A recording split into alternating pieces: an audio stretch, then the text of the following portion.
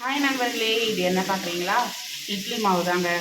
இட்லி மாவில் 3-4 ஸ்டேஜ் இருக்குது. ஃபஸ்ட்டு நாள் வந்து நம்ம இட்லி ஊற்றுவோம், 2ஆவது நாள் வந்து தோசை ஊற்றுவோம், 3ஆவது நாள் குழி பணியாரம். இன்றைக்கி எங்கள் வீட்டில் 3ஆவது ஸ்டேஜில் இருக்குது.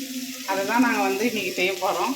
அதுக்கு வந்து கடாயில் வந்து எண்ணெய் விட்டு கடுகு, ஜீரகம், பருப்பு, உளுந்தம்பருப்பு போட்டு நல்லா கடுகு பொரிட்டு வந்துட்டு பச்சை மிளகா நான் 2 பொடியாக கட் பண்ணி போட்டிருக்கோம். அதுவும் நல்லா வதங்கினதும் வெங்காயம் நல்லா பொடியாக அரைச்சி போட்டு நல்லா வதக்கிக்கலாம்.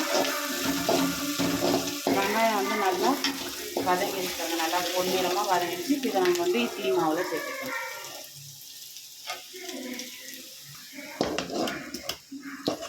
பணியாரக்கல் வந்து நல்லா காஞ்சதும் எண்ணெய் விட்டுக்கலாம். ஃபஸ்ட்டு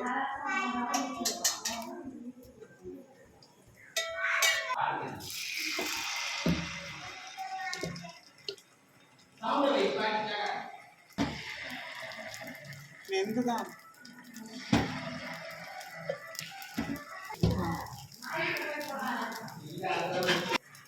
இதுக்கு வந்து சரியாக இருக்க ஒரு மூடி வந்து மூடிக்கலாம். அதான் சீக்கிரம் வேகும். ஒரு பக்கம் நல்லா வெந்ததும் இன்னொரு பக்கம் திருப்பி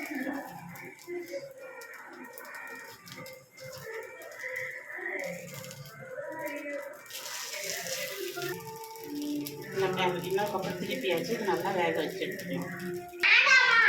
2 பக்கம் நல்லா வெந்ததோ இதை எடுத்துக்கலாம்.